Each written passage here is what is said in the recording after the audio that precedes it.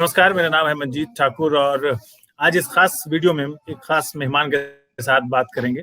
अभी कल यानी बुधवार को हिंदी सिनेमा के मशहूर अभिनेता नसीरुद्दीन शाह ने तालिबान का समर्थन करने वाले भारतीय मुसलमानों को नसीहत दी है कि तालिबान की जीत की खुशी न मनाएं, ये खतरनाक है। उन्होंने बुधवार को यानी कल एक वीडियो जारी किया जिसमें वो कह रहे हैं कि हिंदुस्तानी इस्लाम जो है वो बाकी दुनिया के इस्लाम से अलग है और वो कह रहे हैं कि हिंदुस्तानी मुसलमानों को खुद से ये सवाल पूछना चाहिए कि वो अपने धर्म में सुधार चाहते हैं या पुराने वहशीपन के साथ रहना चाहते हैं। इससे एक बहस शुरू हो गई है और हमारे साथ इसी मुद्दे पर बात करने के लिए वरिष्ठ वकील महमूद अब्दी साहब हैं, हमारे साथ जुड़ रहे हैं। सर, सबसे पहले तो नसीरुद्दीन शाह ने जो कहा है उस पर आपकी क्या प्रतिक्रिया है?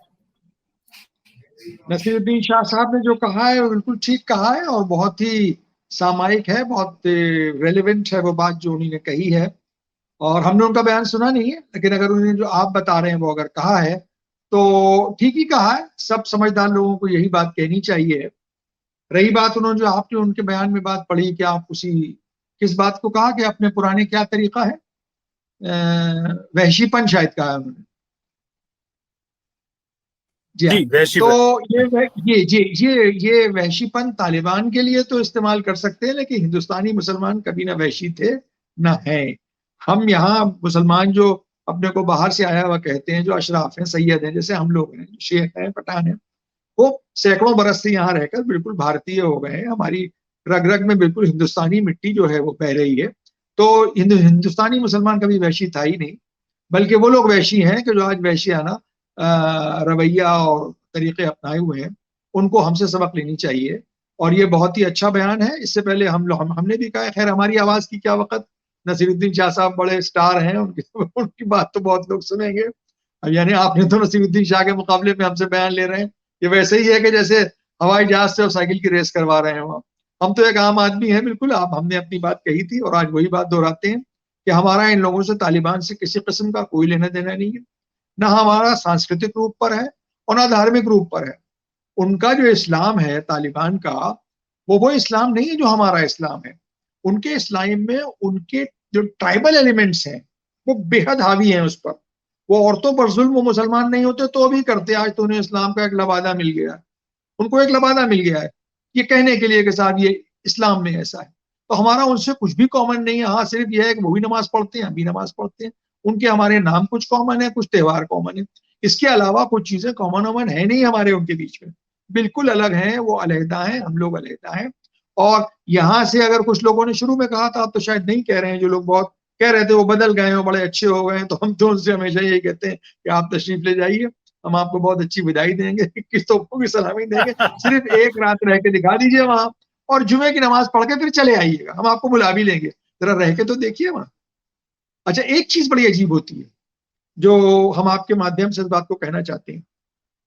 हिंदुस्तानी मुसलमानों से यानी अपनों से हम ये बात कह रहे हैं आपके जरिए से, कि जब हम तालिबान को क्रिटिसाइज करते हैं तो हम इफ्स एंड बट्स लगा देते हैं। कहते साहब यहां भी होता है, इसको भी आप कीजिए। ये कह के आप अगर उस कंडमनेशन को कंडीशनल बनाते हैं तो conditional condemnation is no condemnation. यहां हो रही है जातियां, लोगों के साथ लिंचिंग हो रही है, स्पोरेडिक इंसिडेंट्स हैं, मगर ऐसी नहीं हो रही है कि लोग हवाई जहाज के पहियों में लटक लटक के जाना चाहें। यहाँ एयरपोर्ट पर लोग भाग भाग के नहीं जा रहे हैं। उसको आप कहाँ इससे मुकाबला कर रहे हैं? उसका कह के आप उस बात को हल्का कर देते हैं बिल्कुल। यहाँ की अदालतें खुली हुई हैं।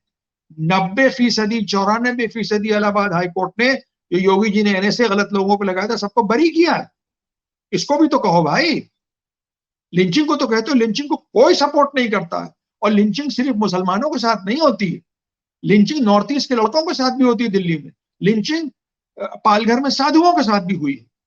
ये तो एक भीड़ की एक मेंटेलिटी बन जाती है। हाँ, कुछ राइट विंग ऑर्गेनाइजेशन हैं जो मुसलमानों के खिलाफ लिंचिंग को जो है वो बढ़ावा दे रहे हैं, तो उनके लिए कानून है, गिरफ्तार हो रहे हैं लोग। जहां भी पुलिस के संज्ञान में आया है उसमें लोग गिरफ्तार हो रहे हैं। दिल्ली के राइट्स को आप ले लीजिए, अदालतों का क्या रुख है? अदालतें लोगों को रिलीफ दे रही हैं, मुसलमानों को जिनको गलत तरह से फंसाया गया। इसको नहीं देखते हैं कोई, आधा ग्लास भरा है और आधा खाली है। हमारा कहना यह कि पॉजिटिव एटीट्यूड होना चाहिए, भरा ग्लास पहले देखो और अपने को देखो। जब अपने को देखोगे तो सिम्टम नहीं देखोगे, फिर बीमारी पता चलेगी। वो सोच पता चलेगी। और अगर खामोश रहोगे इस मौके पे तालिबान के, तो तुम्हें माना जाएगा कि तुम्हारा टैसिट सपोर्ट है उनको, तुम अंदरूनी तौर पर उनको सपोर्ट कर रहे हो। सारे मुसलमानों को हमारे साथ जो हमने आवाज उठाई, नसीर भाई ने आवाज उठाई, खड़ा होना चाहिए। ये खामोशी क्यों है कि साहब हम इसमें दखल नहीं देते? क्यों नहीं देते आप इसमें दखल? आपको दखल देना पड़ेगा, क्योंकि आप बहुत बातों में दखल देते रहते हैं। ऐसा नहीं होता है कि हमारा खून खून तुम्हारा खून पानी है, सोहराब मोदी का डायलॉग है, तुम्हारा गम गम हमारा गम कहानी है। ऐसा नहीं होता है। आपको स्टैंड लेना पड़ेगा। बिल्कुल आपके आगे एक नौजवान पीढ़ी खड़ी है, उसके सामने आपको बताना पड़ेगा कि तुम इनसे बिल्कुल भी इंस्पायर मत होना, इनसे बिल्कुल प्रोवोक मत होना। ये तुम्हारे लिए नजीर नहीं है। तुम्हारे लिए नजीर हिंदुस्तान के लोग जो हैं, हिंदुस्तान की, तुम्हारे लिए नजीर एपीजे अब्दुल कलाम है, वीर अब्दुल हमीद है। ये बात बताओ साहब, उन लोग अब्दी साहब जी अब्दी साहब, एक सवाल पैदा ये होता है, कुछ लोगों का जी लॉजिक है, कुछ लोगों का ये तर्क है कि भारत जी का मुसलमान तालिबान की जीत से नहीं बल्कि अमेरिका के हार से खुश है। तो अमेरिका की हार से भारतीय मुसलमानों का क्या लेना देना? इस पर कुछ रोशनी डालेंगे आप? कोई लेना देना नहीं है। जितने मुसलमान ये खुश हो रहे हैं, अगर इनके बच्चों को वहां का वीजा मिल जाए तो सबसे पहले पैदल जाने को तैयार हो जाएंगे। समझ रहे हैं? भारतीय मुसलमानों के साथ बड़ी परेशानी की बात यह है कि काजी जी दुबले शहर के अंदेशे में, लेना देना कुछ नहीं है उसमें। है? मैंने कहीं और भी ये बात कही कि भुट्टो साहब लटकाए गए तो कश्मीर में गांव के गांव जला दिए गए भुट्टो साहब की मोहब्बत में। और जियाउल हक जिन्होंने भुट्टो को लटकाया था, उनका प्लेन क्रैश हुआ, वो मर गए तो भी जुलूस निकल रहे हैं, तब भी गांव जल रहे हैं। तो भैया किसके साथ हो तुम? अपने मसले पर तो कभी खड़े नहीं होते हो। रोहिंग्या के लिए इतना बड़ा तुमने यहाँ आतंक मचा के रखा, मुंबई में इतनी बड़ी रैली तुमने की, वो तुम्हारा अपना मसला नहीं था, एक हमदर्दी का मसला था। वो पॉलिटिकल लोगों को अपनी कुछ नेतागिरी चमकानी थी। हजारों लोगों को जमा कर लिया, पुलिस की औरतों को कपड़े फाड़े। वो जो पुलिस स्मारक है, अरे उसमें मुसलमानों के नाम भी लिखे हैं, उसकी तुमने बंदूक को हिला के फेंक दिया, एक बवाल मचा दिया पूरे तुमने। काहे के लिए? रोहिंग्या के लिए। अपने लिए नहीं खड़े हुए। अपने लिए खड़े हुए सिर्फ सीएए में, एनआरसी में, अपने लिए सिर्फ उसमें खड़े हुए। तुम्हारा अपना मुद्दा था, वो सही खड़े हुए तुम उसके लिए। 6 महीने तक शायद चला है शाहीन बाग का, शांतिपूर्ण तरीके से बैठे रहे तुम। हुसैनाबाद घंटाघर लखनऊ में औरतें बैठी रही। लेकिन जब बलबा करोगे तो बलबे का जवाब फिर बलबा ही होता है। ये बात समझ लो। ये तो साहब मैं कह रहा हूं, लोग कहेंगे किसी को खुश कर रहे हैं, मेरा किसी पॉलिटिकल पार्टी से कोई लेना देना नहीं है। मैं हक और इंसाफ की बात करता हूँ। मुसलमान आज से 10 साल के बाद नरेंद्र मोदी और अमित शाह के शुक्रगुजार होंगे। क्यों? उन्होंने तुम्हें तमीज सिखा दी है। इससे पहले तुम्हारे आंदोलनों का मतलब होता था पथराव, पुलिस से टकराव, और उसमें मरते मुसलमान ही थे। पुलिस की गोली तो फिर मारेगी ना आपको, आप अगर पत्थर फेंकेंगे। उन्होंने आपको तमीज सिखा दिया, झंडा लेके बैठने लगे हो आंदोलन में, अपने प्रिएम्बल पढ़ने लगे हो कॉन्स्टिट्यूशन का। ये दुनिया के किसी मुसलमानों में नहीं होगी कि 20 करोड़ आबादी जो है वो आज एक सलीका सीख गई है अपनी बात को कहने का, अपनी बात को रखने का। और जहां तुमने उसमें बवाल किया, वहां तुम्हारी पिटाई भी हुई है। जोर का जवाब जोर होता है। तो पत्थर मारोगे तो पुलिस के पास फिर और बड़े हथियार हैं उसमें। इसलिए जो तमीज सीख ली है उसी को आगे बढ़ाना चाहिए। और तालिबान के मसले पर किसी मुसलमान को, कोई मुसलमान लीडर उसको खामोशी अख्तियार करनी चाहिए। खुसूसन वो लोग कि जो 24 घंटे टीवी पर और छतों पर चीख चीख कर खड़े होकर चिल्लाते हैं, साहब ये हो रहा है हमारे साथ, वो हो रहा है। उनको कभी अच्छा कुछ नहीं दिखता, हमेशा बुरा दिखाई देता है, हमेशा बुरा दिखाई देता। कितने लोगों के बयान आए, इतने बड़े लोग हैं, बड़ी बड़ी जबानें हैं साहब यहाँ कोसने के लिए, कि इलाहाबाद हाईकोर्ट ने इतने लोग छोड़ दिए तुम्हारे, दिल्ली की अदालतों ने तुमको रिलीफ दी। किसी के बयान आए इसका? शिकायत के लिए एक शिकायत का दफ्तर बन गए साहब हम लोग। मुसलमानों के लिए सबसे बड़ा, हम अपने आप से कह रहे हैं, हम किसी को कुछ नहीं कर रहे हैं, हमें क्या लेना देना है, हम तो ईमानदारी की बात कह रहे हैं।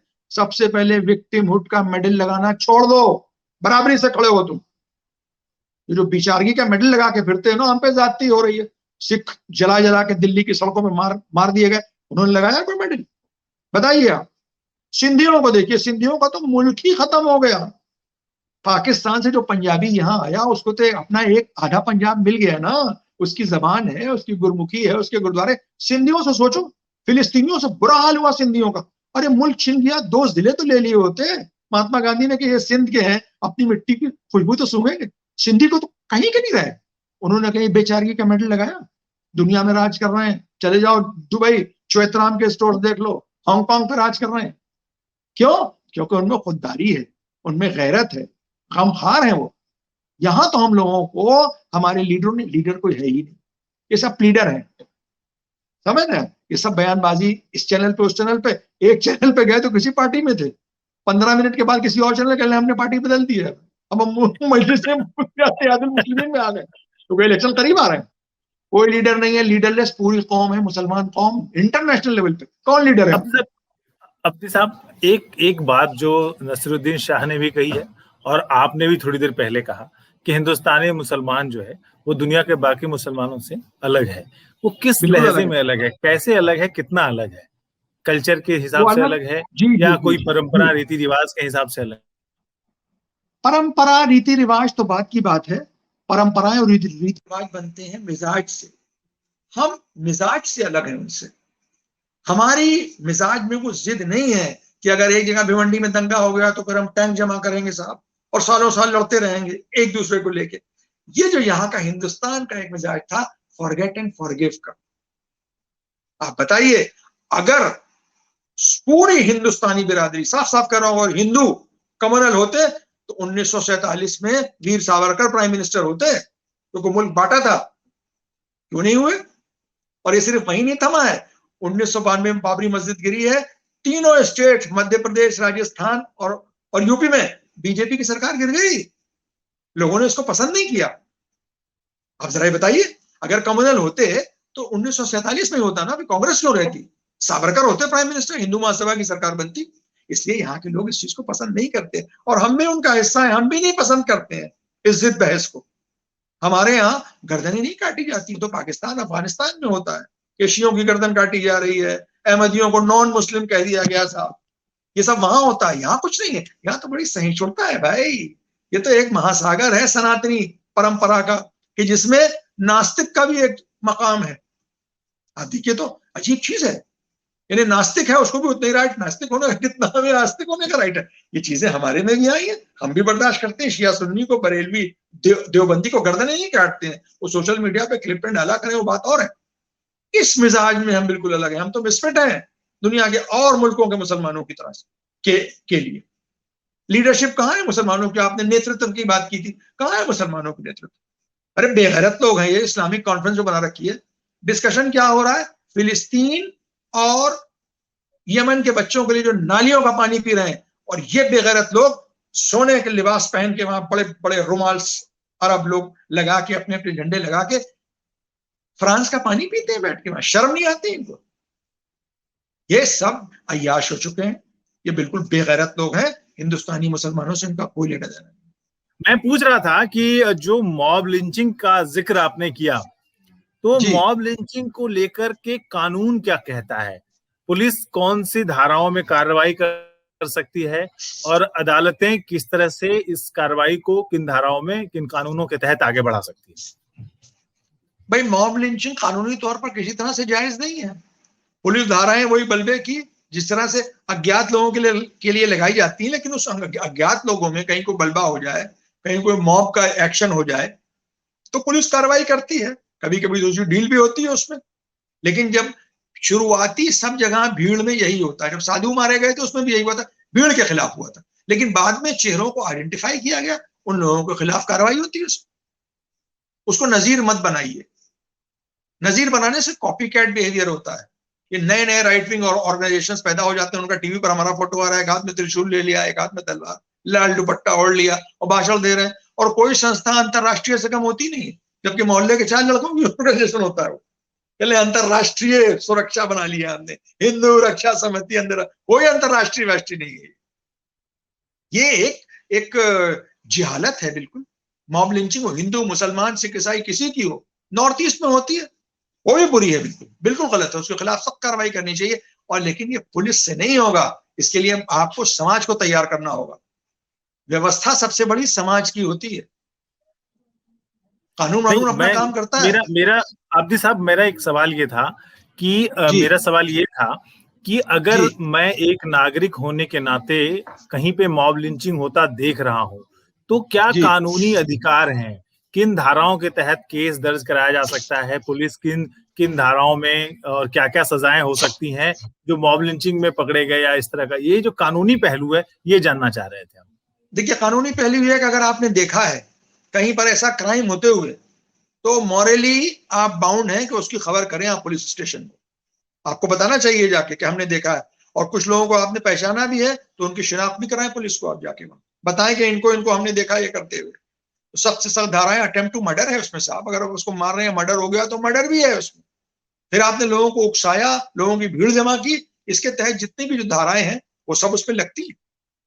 अब ये आप देखिए, हिंदुस्तान में हमारी कानूनी प्रक्रिया इतनी सुस्त है और इतना उस पर वजन है, स्पेशली लोअर कोर्ट्स पे, कि ये सिर्फ मॉब लिंचिंग में नहीं होता है कि डायलूट हो जाता है, ऑर्डिनरी मर्डर केसेस में यही होता है। और वो भिकरू वाले जो दुबे जी थे, उन्होंने तो थाने में लोगों को मारा था। थाने में बीजेपी के कोई कोई कार्यकर्ता थे, उनका उनका मर्डर किया तो उनके खिलाफ कोई गवाही नहीं मिला। तो व्यवस्था ही ऐसी चली आ रही है भाई। तो इसके लिए समाज में सुधार की जरूरत है। आज मुल्क को लीडरों से ज्यादा अच्छे कम्युनिकेटर और समाज सुधारक चाहिए। आज फिर गांधी की जरूरत है कि लोगों को बताएं कि नहीं, गलत गलत है, चाहे तुम्हारा नुकसान हो। चंपारण में शबाब पे था आंदोलन आजादी का, गांधी ने कहा थाने को जला दिया है, नहीं गलत रास्ते में जा रहे हो, बंद करो। सबने कहा, जितने कांग्रेसी तुम्हारे बापू तो पूरा हिंदुस्तान हमारे साथ है। उन्होंने कहा नहीं, इस गलत रास्ते पे साथ नहीं, हम नहीं चाहते हैं उनको। ये अगर हो रहा है तो जितने भी हिंदूवादी सच्चे संगठन है उनको सामने आना चाहिए और कहना चाहिए नहीं, बिल्कुल गलत है। सपोर्ट कोई नहीं करता है, लेकिन वही जैसे तालिबान का मुसलमानों का हो रहा है कि टैसिट खामोश है, उस तरह से बड़े बड़े लोग जो और मुद्दों पर बोलते हैं वो उस पर नहीं बोलते हैं। और फिर अगर बोलते भी हैं तो इस तरह से कहते हैं कि नहीं साहब ये हुआ तो वो नहीं। अनकंडीशनल कंडमनेशन होना चाहिए। ये समाज सबका है। अगर ये हुड़दंगपन बढ़ेगा तो हम और आप तो पंडित जी हैं, ठाकुर साहब हैं, आप भी नहीं निकल पाएंगे अपने घर से अगर इन हुड़दंगियों को बढ़ावा देंगे आप। ये कल को दूसरे की बेटियों को कह रहे हैं, कल के आपकी बेटी को भी कहेंगे, आपका भी ठेड़ा पलटेंगे। ये तो हुड़दंग को आप दे रहे हैं बढ़ावा।